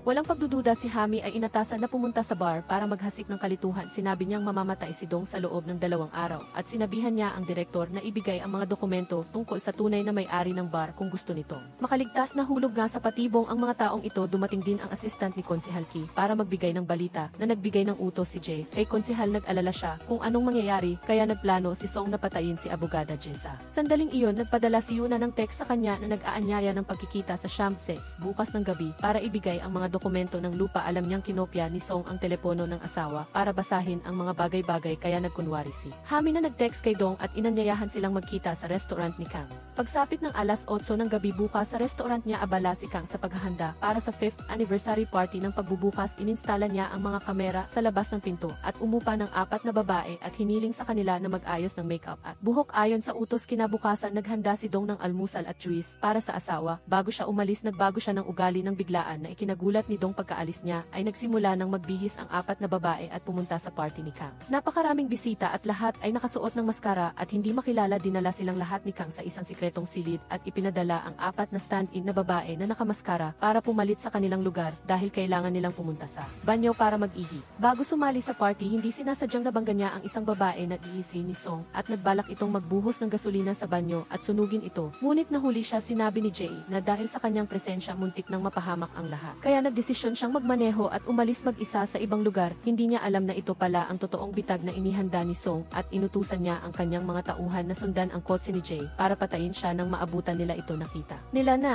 ibang lalaki ang nasa kotse. Kalmado pa rin pumunta si Song sa hotel para makipagkita kay Yoona para pirmahan ang mga dokumento ng paglilipat ng lupa. Pagbukas niya ng pinto nagulat siya nang makita niya si Jae na nakatayo sa harap niya. Nagbuhos siya ng alak at binigyan siya ng huling pagkakataon na sumuko bago maging huli. Ngunit paano naman madaling sumusuko ang walang hiyang kriminal na iyon. Tinuyan niya si Jae kung paano niya ito sinasamantala na nagpagalit sa kanya at inihagis niya ang tasa ng alak sa mukha niya. Nagmadali siyang kinuha ang panyo na inihanda ng kanyang minamahal na asawa kaninang umaga para ipunas at bigla siyang nawalan ng malay. Nang magising siya nakita ni Song na nakatali siya ng mahigpit at nasa harap niya ang 4 na magagandang babae. Sinimula ni Jae ang pag-uusap tungkol sa plano na good night siya sa loob ng 2 araw at kapag nagising siya wala na siyang pera at posisyon at bukod pa rito ang gang ng underworld ay naghihintay na bigyan siya ng leksyon. Anumang oras ang magkakaibigan naman ay may alibi na. Salamat sa 4 na stand-in na babae sa restaurant ni Kang at saka ni Jae na humiling sa kanyang ama na si Chairman Kang na patayin ang lahat ng mga security camera sa hotel ngayong gabi kaya wala nang ebidensya para akusahan sila na iligal na. Ikinulong si Song nang marinig niya ito. Namutla siya at humiling ng deal. Inilabas niya ang mga kahinaan ng mga babae lalo na si Yoona nang marinig niyang discharge na ang kanyang anak mula sa ospital at inilipat ito ng walang hiyang lalaking ito sa ibang lugar. Nataranta siya at sinubukang sakalin siya. Pinigilan siya ni Jung at sinabing inilagay niya ng palihim ang isang tracker sa kumot ni Nana kaya mahahanap nila ito bago siya turukan ng injection para matulog. Na gawa ni Song na kumuha ng isang piraso ng salamin.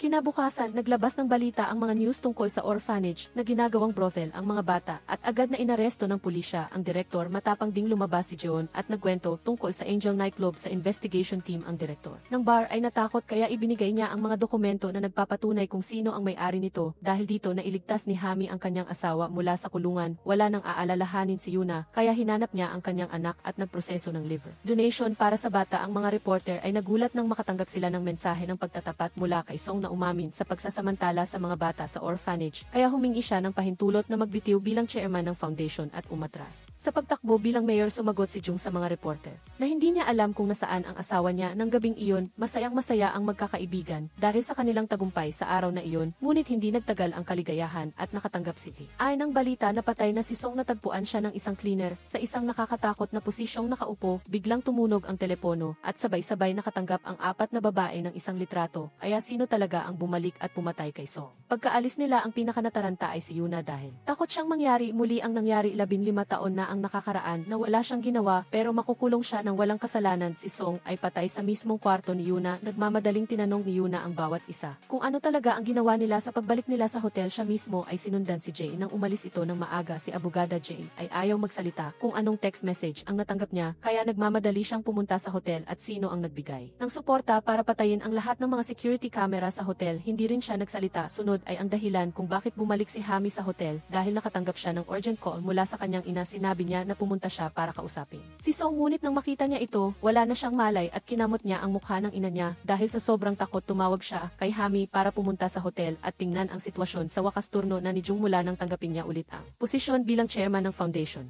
Natuklasan niya na wala ng pondo at lahat ay kinuha ni Song at itinago sa ibang lugar. Nakakita siya ng isang kahon sa opisina, ngunit hindi niya mabuksan, kaya napilitan siyang sumugal at pumunta sa hotel para hanapin ang susi sa kinaroroonan ni Song. Ang magkakaibigan ay hindi alam kung ano ang gagawin nang biglang sinabi ni V. Say na alam niya kung sino ang gumawa nito. Tumawag siya kay matandang konsehal Ki at tinanong kung gusto niyang mabura ang pangalan niya na may kaugnayan sa Angel Nightclub. Kaya nagpadala siya ng mga tao para magmanman. Umamin siya at sinabing kailangan niyang malaman ang kahinaan ni V. Isay para mapanatag siya, ngunit ang totoo ay sumabay lang ang matandang ito at hindi siya ang nagpadala ng tao para kumuha ng litrato ng 4 na babae. Mabuti na lang mayroon pa sa restaurant. Ang recorder sa restaurant na nagre-record ng party noong gabing iyon ay maaaring magsilbing alibi nila, ngunit ipinahayag ni Kang ang masamang balita na sira ang kamera at walang na-record. Ang kinatatakutan ni Yuna ay nagkatotoo. Biglang dumating ang pulisya at may warrant sila para arestuhin siya bilang suspect sa pagpatay. Pumunta si Hami at Jung sa ospital para kilalanin ang bangkay at sinabi ng pulisya na batay sa autopsy may injection mark at cuts si Song na malamang na pinatay at hindi makakatakas ang 2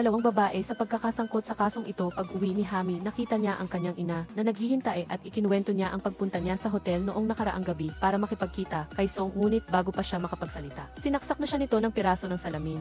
Nasugatan siya sa mukha at mabuti na lamang at dumating si Hami pagkatapos at inayos ang pinangyarihan kasama ang ebidensya sa presinto. Si Abogada Jay ay nagtatanong kay Yuna at pareho silang matigas at hindi nagbigay ng anumang impormasyon. Hiniling ng direktor ng department na ikulong si Yuna sa loob ng 48 oras para sa investigasyon sa restaurant. Sinabi ng empleyado kay Kang kung kailangan bang ipagbigay alam sa pulisya ang tungkol sa nawawalang memory card, ngunit ang totoo si Kang mismo ang pumutol ng memory card at hindi ito ninakaw. Biglang may isang estranghero na dumating at humiling kay Kang ng pera. Gusto niyang tumakas sa ibang bansa bago siya mahuli. Biglang dumating si Leo sa restaurant para maglaro. Hindi malaman kung narinig na niya ang anumang usapan mula sa dalawang iyon. Si Yuna na nakakulong ay labis na nag-aalala na makukulong siyang muli. Naalala niya noong gabing patay si Song, nakita niyang nagmamadaling tumakbo palabas si V. At nagdududa siya kung baka pinatay ito ni Jay. Ngunit ang totoo, noong gabing iyon nakatanggap si Jay ng isang litrato ng kanyang ama na nakatayo sa hotel at dahil sa takot na baka may nangyari sa kanyang ama, tumakbo siya papunta para tingnan. Ngunit hindi niya mahanap ang sinuman. Hindi niya sinasadyang nakita si Song na nakaupo sa upuan patay at dahil sa matinding takot kaya siya nagtatakbo palabas na natataranta. Kinabukasan, para malinawan ang kanyang mga pagdududa, nakipagkita si Jay sa kanyang ama. Ipinakita ang litrato. Sinabi niyang nagdududa siya kay Konsehal Ki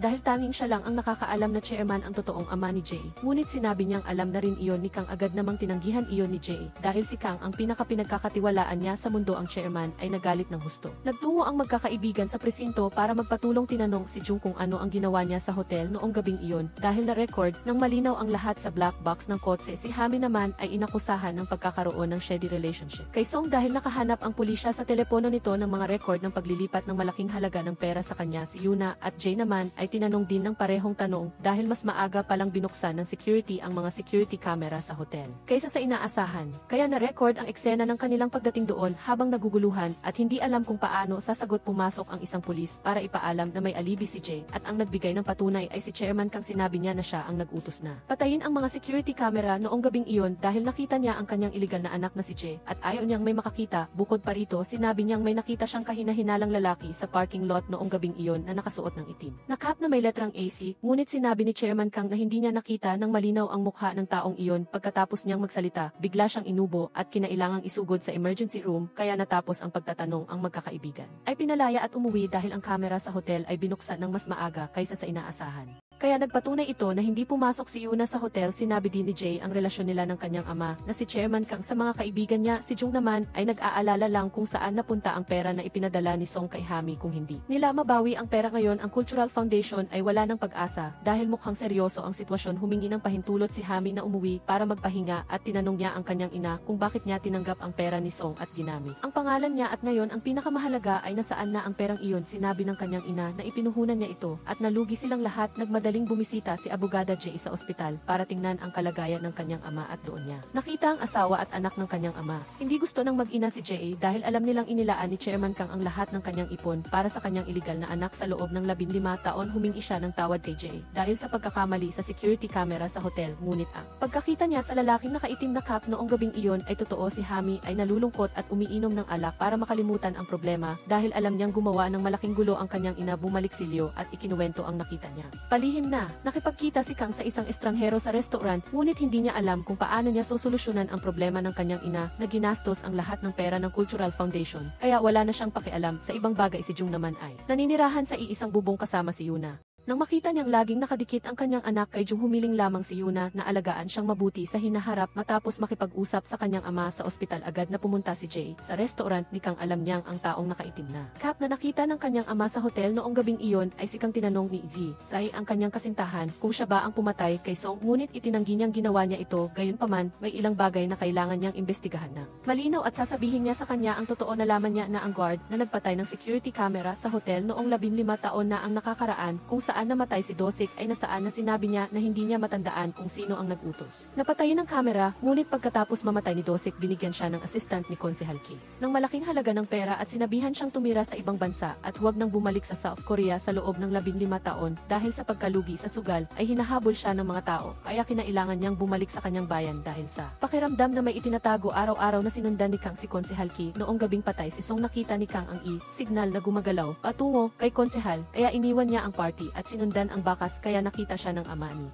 Lai sa hotel noong gabing iyon. Sa pamamagitan ng kwento ng isang reporter, nalaman ni Kang na 15 taon na ang nakakaraan ang ama ni Sai at si Konsehal Ki ay parang tubig at apoy. Sila ay magkatunggali sa lahat ng larangan, ngunit pagkatapos ng pagkamatay ni Dosik bigla silang nagkasundo. Ang dalawa ay laging nagtutulungan sa isa't isa. Umuna si Jay, umuwi at inayos lahat ng ebidensyang nakolekta niya sa loob ng 15 taon. Upang ipagdiwang ang tagumpay, naghanda ang grupo ng maliit na salo-salo. Pero kahit nanalo na, hindi pa rin malimutan ng mga babae ang sakit na kanilang dinanas. Hiningi ni Jong kay Emis Kang nasirain ang ilang ebidensya para sa kanya. Ito ang mga memory card na kinuha niya mula sa silid ni Dosik 15 taon na ang nakakaraan. Dahil sa takot na naglalaman ito ng sensitibong video nila ni Dosik, matagal na itong inilibing ni Jong sa ilalim ng lupa. Nang matapos ang salo-salo, umuwi na ang lahat. Hindi nila alam na sinusubaybayan ng kampo ni Congressman Ki ang bawat galaw nila. Pagkatapos, nag-solo date sina Lawyer Jay at Emis Kang para sa part 2 ng kanilang pagtatagpo. Sa wakas, nakawala si Jay sa bigat ng 15 taon at nagbukas ng damdamin sa kanyang kasintahan. Nagkaroon sila ng mainit na gabi. Pagkatapos makasama ang kasintahan, balak ni Emis Kang na sirain ang mga memory card na hiniling ni Jong. Hindi sinasadyang may nakita siyang kahina-hinalang card, kaya't mabilis niya itong binuksan at pinanood. Iyon ay isang video na nagtatala ng gabi ng patayin si Dosik. Malinaw na nakita ni Emis Kang ang mamamatay tao na bumibitay ng tao, ang tatay ni Jay. Nagulat si Emis Kang, hindi makapaniwala sa kanyang nakita. Tiningnan niya ang babae sa harap niya at umiyak. Kung malalaman niya ang kakilakilabot na katotohanan, paano siya haharap? Kinabukasan, binisita ni Congressman Ki si Chairman sa ospital. Si Kang ay kasalukuyang nasasangkot sa eskandalo ng Angel Nightclub, kaya bumaba ng malaki ang bilang ng kanyang boto. Higit pa rito, siya ay hawak na ngayon ni Chairman Jiang dahil sa recording ng pag-akit sa mga customer sa nightclub. Wala nang magawa, napilitan ang matandang congressman na magpakumbaba at magmakaawa kay Chairman Jiang na maging maawain. Sa puntong ito, inihayag din ng tatay ni Jay ang kanyang tunay na mukha. Sabi niya, inilagay niya ang kanyang mga tao sa tabi ng congressman at tinukso pa si Dosik na mahina pa rin sa oras ng kanyang kamatayan na sumisigaw lamang ng Ki, "Ama, iligtas mo ako." Nang marinig ito, tila naunawaan ni Congressman Ki na may kinalaman si Chairman Jiang sa pagkamatay ng kanyang anak. Kailangang naroon si Kang sa pinangyarihan noong gabing iyon para malaman niya kung ano ang sinabi ni Dosik bago siya mamatay. Natulala ang matandang congressman. Hindi niya inasahang naloko siya sa loob ng mahabang panahon. Nang umalis, hindi niya nakalimutang murahin si Chairman Jiang bilang isang bastard at pinayuhan si Jay na mag-ingat sa kanyang ama. Si Hami ay hindi rin mas mabuti. Naiinis siya sa nangyari sa kanyang ina, kaya nagshabu siya buong gabi. Ang hitsura niya ngayon ay napakarumi. Ngayon gusto lang niyang malunod sa pagkalat pagkalasing, ayaw nang mag-alala o protektahan ang kanyang asawa o ina. Hindi siya nakikinig kahit anong payo ni Leo. Sa opisina ng Jong Cultural Foundation, pagod na siya dahil sa malaking utang na maaaring maging sanhi ng pagsasara ng foundation. Ibinigay ng kawani sa kanya ang jacket ni Song na naiwan doon. Aksidenteng nahulog ang isang recording file na nagtatala ng panunumpa ng ina ni Hami. Iningatan niya ang black fund na nagkakahalaga ng 1 bilyong won para kay Song at nangakong ibabalik ito kung hindi ay mananagot siya sa batas. Agad na pumunta si Jong sa bar ng babae para bawiin ang pera. Ngunit ang halaga ay nawala na, kaya umiwas ang nanay ni Hami at ayaw ibalik. Pagkatapos umalis sa ospital, maraming katanungan si Jay sa kanyang isip. Si Congressman Ki at ang chairman ay dating napakalapit, ngunit narinig niya itong minura ang kanyang ama bilang isang bastard. Balak niyang tawagan ang congressman para tanungin, ngunit hawak na ito ni Chairman Jang Kang. Plano niyang gawing sacrificial lamb si Congressman Ki upang mamatay sa kanyang lugar. Sa bahay ni Hami, mahinahon pa ring pinapayuhan at inaalagaan ni Leo ang kanyang asawa. Naalala niya ang mga reklamo ni Hami tungkol sa kanyang ina, kaya't pumunta siya sa kulungan upang tanungin ang manager ng bar. Ayon sa kwento nito, lumabas na may relasyon sa negosyo ang biyenan niya at si Song. Nagbahagi siya ng stock sa Angel Nightclub. Kung imbestigahan ng pulisya, makukulong siya ng madali. Labis na nagulat sa impormasyong ito, tinawag ni Leo si Amis Kang para mag-inuman at magkwentuhan. Isinalaysay niya ang kwento sa kulungan sa kanyang kaibigan. Sa totoo lang, may isa pang mastermind sa likod ng Angel Nightclub. Si Secretary Choi ni Congressman Ki ay sa katunayan ay tao ng mastermind na iyon. Samantala, natuklasan din ng kampo ng Chairman Jang na may nakakabit na tracking device sa kanyang sasakyan. Alam niyang si Amis Kang ang may kagagawa nito.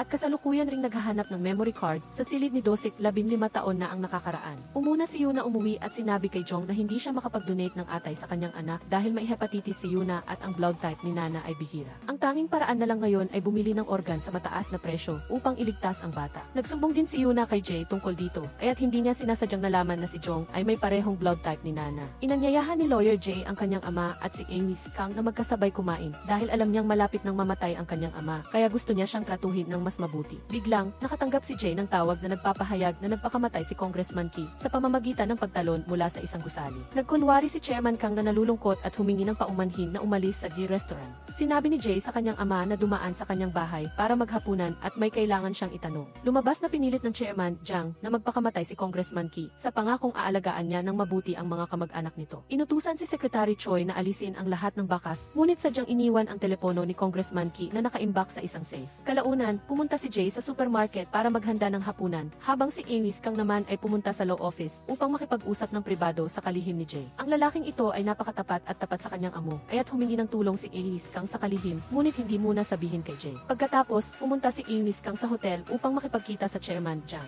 Ipinagtapat niya ang lahat at pinayuhan siyang sumuko. Kung hindi, ilalabas niya ang ebidensya tungkol sa pagkamatay ni Dosik at ang Angel Nightclub. Kasabay nito, si Jay ay nasa bahay pa rin, nagluluto at naghihintay sa kanyang ama at kay Amis Kang na dumating para kumain. Hindi niya alam na nasa panganib ang buhay ng kanyang kasintahan. Sa hotel, alam ng Chairman Jang na mahirap na itago pa ang krimen, kaya umamin na siya sa lahat. Humingi siya ng oras kay Amis Kang para makasama ang kanyang anak ngayong gabi. Kinabukasan ng umaga, pupunta siya sa istasyon ng pulisya para sumuko. Masayang umalis si Amis Kang nang hindi niya alam na inutusan na ng Chairman Jang ang kanyang mga tauhan na sundan siya para patayin. Ang security guard na nagpatay sa security camera 15 taon na ang nakakaraan pagkatapos magkwento kay Amis Kang ay nagpaplanong tumakas sa ibang bansa. Siya ay nasa daungan at sinabing sinusundan siya ng mga tauhan ng Chairman Jang. Dahil may mabuting kalooban si Amis Kang, dali-dali siyang nagmaneho para tulungan siya. Matapos ang ilang sandali, nakita niya ang security guard. Biglang lumitaw si Secretary Choi upang ilihis ang atensyon, habang ang security guard ay kumuha ng pamalo at inatake si Amis Kang sa ulo mula sa likod. Nanginginig siyang humingi ng tawad dahil napilitan siyang saksakin siya sa likod. Tinanong ng kalihim ang tungkol sa memory card at pinilit si Amis Kang na ibigay ito. Pero dahil wala silang nakuhang resulta, balak na nilang alisin ang sagabal. Sa kabutihang palad, isang nagdadaan na tao ang nakakita sa eksena at sumigaw. Sinamantala ni Amis Kang ang pagkakataon ng walang nakatingin at mabilis na tumakas. Umuna si Yuna umuwi at sinuri ang medical record ni Jong.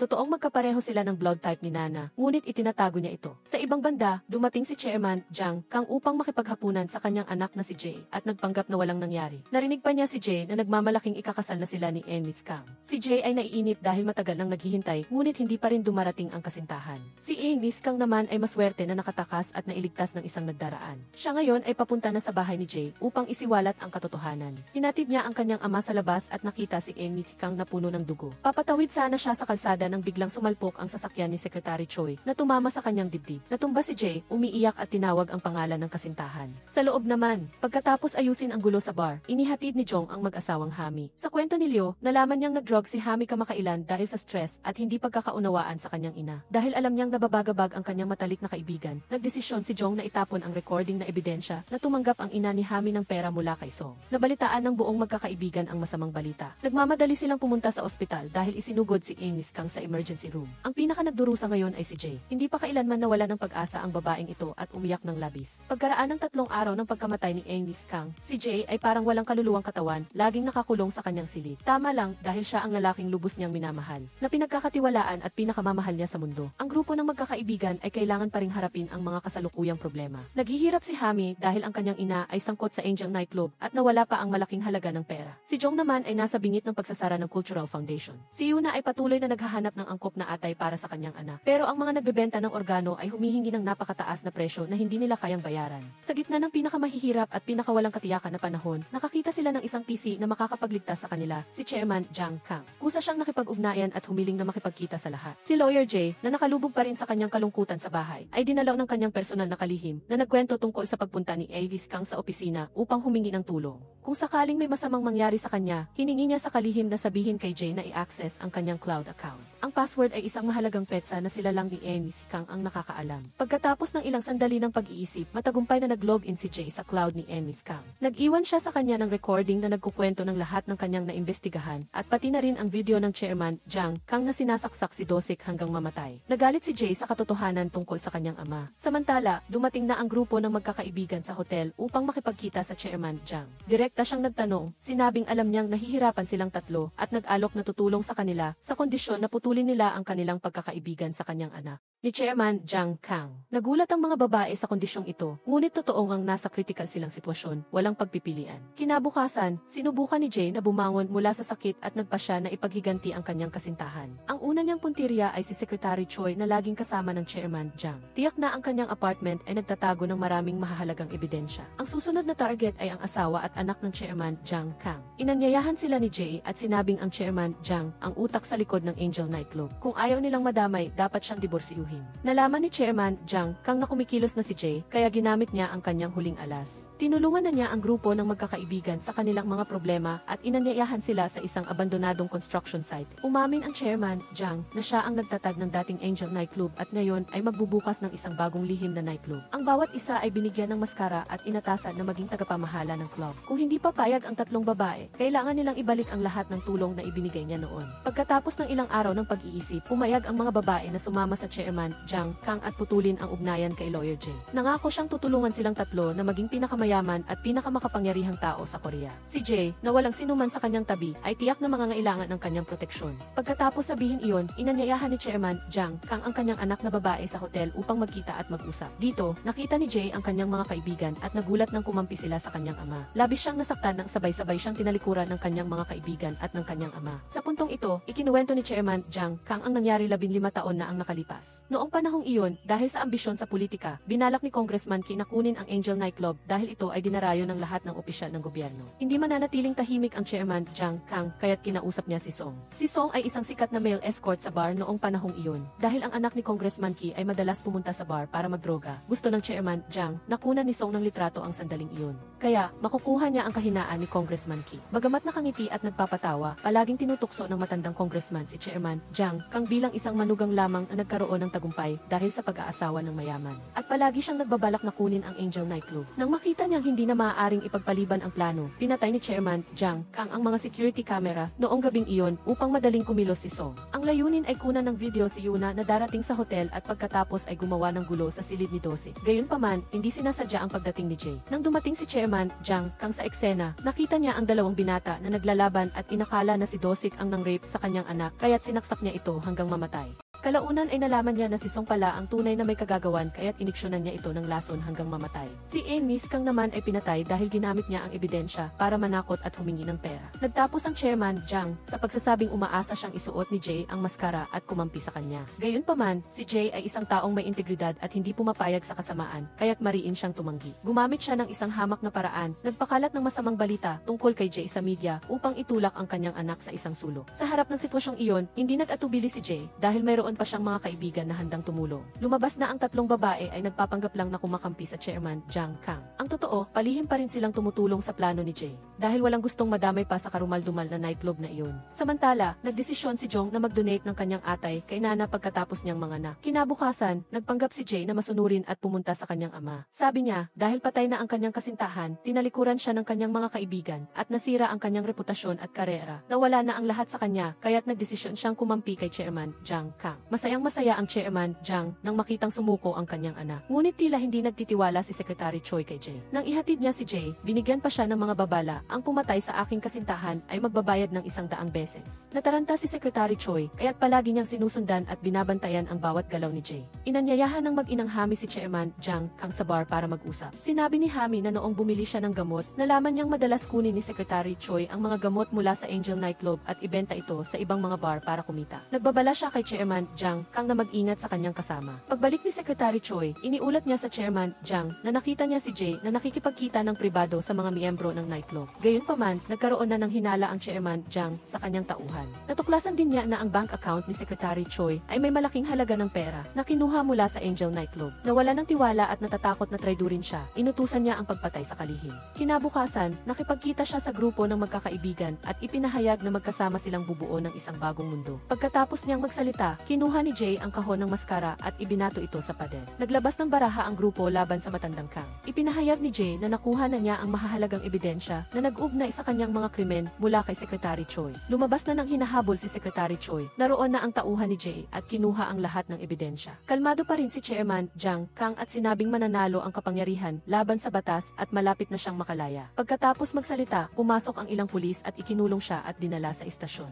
Biglang may nagmamaneho ng motorsiklo at matagumpay siyang sinaksak sa leg. Ang saksak na iyon ay nagdulot ng matinding pagkawala ng dugo at namatay siya agad. Ang gumawa nito ay si Secretary Choi. Alam niyang inutusan na siya ng Chairman Jiang na patayin upang manahimik. Swerte siyang nakatakas at ngayon ay bumalik upang maghiganti. Sa wakas, nabunyag na ang lahat. Nailantad ang lahat ng krimen ni Chairman Jiang Kang. Si Secretary Choi naman ay naaresto na. Masayang pumunta ang grupo ng magkakaibigan sa burol para bisitahin si Ellis Kang. Ang kanyang kaluluwa sa langit ay malamang na makapagpahinga na. Pagkaraan ng ilang panahon, abala si Lawyer Jay sa pagtulong sa mga bata sa ampunan upang magkaroon sila ng mas magandang buhay paglaki. Si Yuna ay matagumpay na nakapagpa-opera ng liver transplant para sa kanyang anak. Malapit na sila ngayon sa isa't isa na parang mag-ina. Si Hami, dahil sa patuloy na suporta at pag-aliw ng kanyang asawa, ay matagumpay na nakarecover sa adiksyon. Tinulungan pa niya ang kanyang ina na magbukas ng isang hotel para sa negosyo, kapalit ng dating bar. Ang bawat isa ay mayroon na ngayong bagong buhay na puno ng tawanan. Si Jong ay nanganak ng isang napaka-cute na prinsesa. Sa huli, ang tama ay laging magwawagi laban sa mali. Gaano man kakapal ang maskara, mabubunyag pa rin ito sa harap ng hustisya. Ang pinakamahalaga ay ang pagkakaibigan at pagiging magkapatid ng mga babaeng ito, na lalong tumibay pagkatapos ng mga pagsubok.